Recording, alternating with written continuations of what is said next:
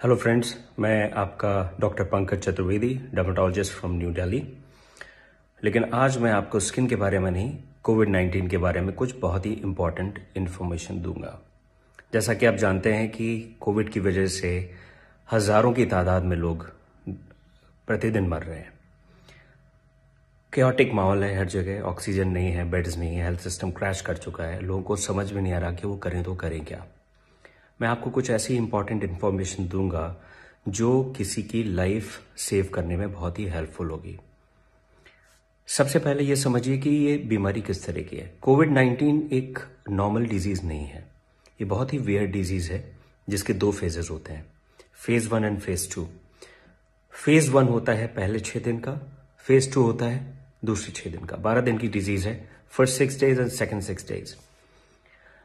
आपके लिए ये बहुत ही इंपॉर्टेंट है जानना कि जो कोविड में मोर्टेलिटीज़ हैं, जो लोगों की डेथ्स हो रही हैं, लोग वेंटिलेटर पे जा रहे हैं और जिनको ऑक्सीजन की ज़रूरत पड़ रही है, वो फर्स्ट 6 डेज में नहीं पड़ती, वो सेकेंड 6 डेज में पड़ती है।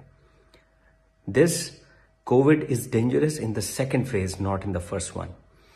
तो अगर आप टाइमली आइडेंटिफाई कर लें कि आपका ये जो सेकेंड फेज है कब शुरू हो रहा है और टाइमली अगर आप ट्रीटमेंट शुरू कर दें तो आप उस ऑक्सीजन वाले फेज में जाने से बच सकते हैं।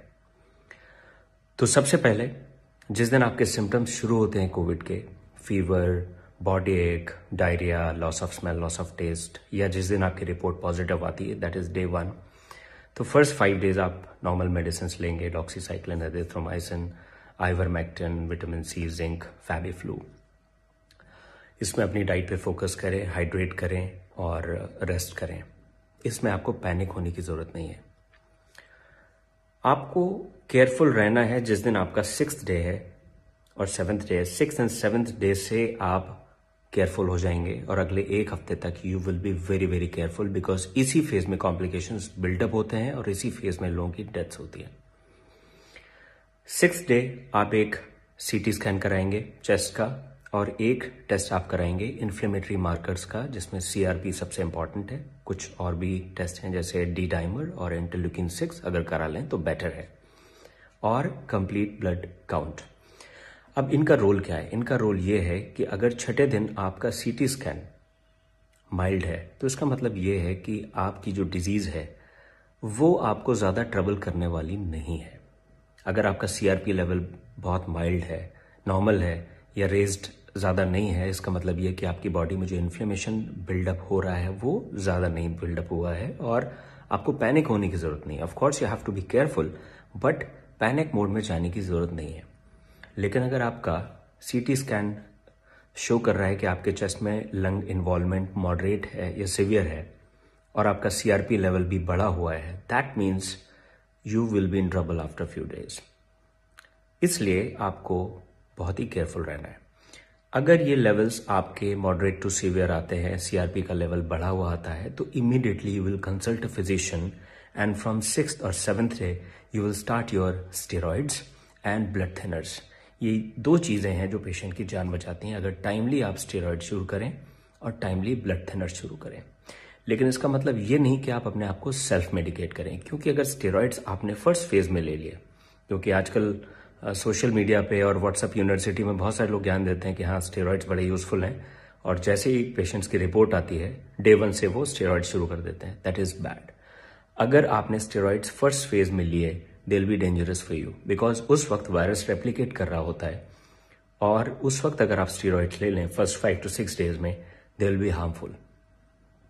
तो जो भी मेडिकेशंस लेने हैं वो अपने फिजिशियन और अपने डॉक्टर की एडवाइस पे ही लेने हैं। तो 6th और 7th day are very crucial. अगर टाइमली आपने ब्लड थिनर्स एंड स्टेरॉइड्स शुरू कर दिए, आपके प्रॉब्लम में आने के चांसेस काफ़ी हद तक कम हो जाएंगे। अब मेजर इशू क्या है? हमारा कॉमन टिपिकल इंडियन माइंडसेट कि जैसे ही हमारा 5वें दिन फीवर कम होता है हमें लगता है वी आर फाइन, हम ठीक हो गए। शुरुआत के 5 दिनों में हम हर 3 घंटे में अपना ऑक्सीजन लेवल चेक करते हैं, लेकिन 5th डे जब हमारा फीवर नॉर्मल हो जाता है, we throw away our oximeter, हमें ध्यान नहीं रहता कहाँ रखा हुआ है, and we forget to measure any kind of oxygen saturation, right?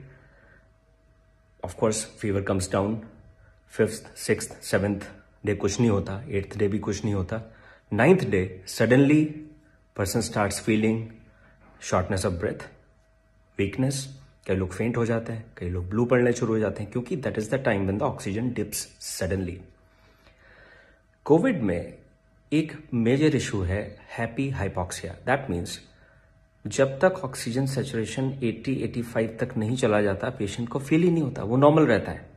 He starts doing his daily routine activities, उसको लगता है मैं तो ठीक हूं।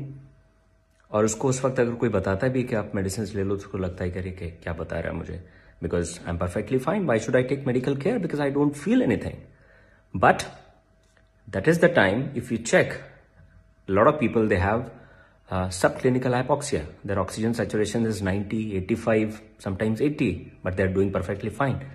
But that is the time when we have to be very, very careful and the person needs medicine. Because उसके बाद का जो phase है जिसमें oxygen saturation और down जाता है, there is sudden deterioration of the patient. उसके बाद ऑक्सीजन की जरूरत पड़ती है, then you start panicking कि ऑक्सीजन सिलेंडर मुझे चाहिए, मुझे ऑक्सीजन चाहिए. We know that we are having short supply of oxygen. Oxygen demand बढ़ी है. Overnight we can't produce 20 times 50 times more oxygen. No country can. So after 6th day you will check your oxygen saturation every 2 hours. हर 2 घंटे पे आप अपना oxygen saturation check करेंगे. कैसे check करेंगे? Right hand, या अगर आप लेफ्ट हैंडेड पर्सन है तो आपका लेफ्ट हैंड, उसकी मिडिल फिंगर, और वो भी तब जब ये मूव ना कर रही हो. तो इसको आप स्टेबल पोजीशन में रखेंगे, ऑक्सीमीटर लगाएंगे और कोशिश करेंगे कि इसमें कोई मूवमेंट ना हो. उस वक्त आप अपना ऑक्सीजन सैचुरेशन चेक करेंगे. उसके बाद आप वॉकिंग पोजीशन में भी अपना सैचुरेशन चेक करेंगे, जिसको बोलते हैं 6 minutes वॉक टेस्ट. आप ऑक्सीमीटर लगाएंगे, 6 minutes के लिए वॉक करेंगे और उसके बाद देखेंगे कि आपका ऑक्सीजन सैचुरेशन कितना है. इट शुड नॉट फॉल 5% और मोर देन दैट. अगर आपका ऑक्सीजन सैचुरेशन वॉक करने के बाद 5% डाउन जा रहा है, that means your lungs are affected and you have to be extremely careful and seek medical attention. अगर आपका बैठे हुए ऑक्सीजन सैचुरेशन 90 आ रहा है, लेकिन आप वॉक कर रहे हैं, उसके बाद वो 85 हो जाता है, that means your lungs are affected. तो इस चीज का भी आपको बहुत ध्यान रखना है. So we have to avoid that situation. हमें उस कंडीशन में पहुंचना ही नहीं है कि हमें ऑक्सीजन की जरूरत पड़े, बिकॉज जब आप स्टेज में पहुंच जाते हैं तो ऑलरेडी डैमेज हो चुका होता है. काफी हद तक रिकवर होने के चांसेस 50-50 होते हैं. आप बच भी सकते हैं, आप नहीं भी बच सकते हैं. तो आपको उस स्टेज में पहुंचना नहीं है. You have to prevent that situation and you can only prevent by identifying the timeline of Covid and taking proper measures right from day 6 और day 7. Right? If you'll do that, most probably you will sail through. Most probably आप बच जाएंगे और अपने आसपास जो भी आपके रिश्तेदार हैं, जो भी आपके फ्रेंड्स हैं, फैमिली मेंबर्स हैं, उनको भी आप बचाने में हेल्प करेंगे. फ्रेंड्स, ये जो वक्त है, ये जो समय है, वो है एक दूसरे की हेल्प करने का. मैं डर्मेटोलॉजिस्ट हूं, but still I am making this video so that I can make you aware. Most of the people who are suffering right now, they are suffering because they couldn't take timely measures, क्योंकि उनको पता नहीं था कि problem 6th-7th day से शुरू होती है.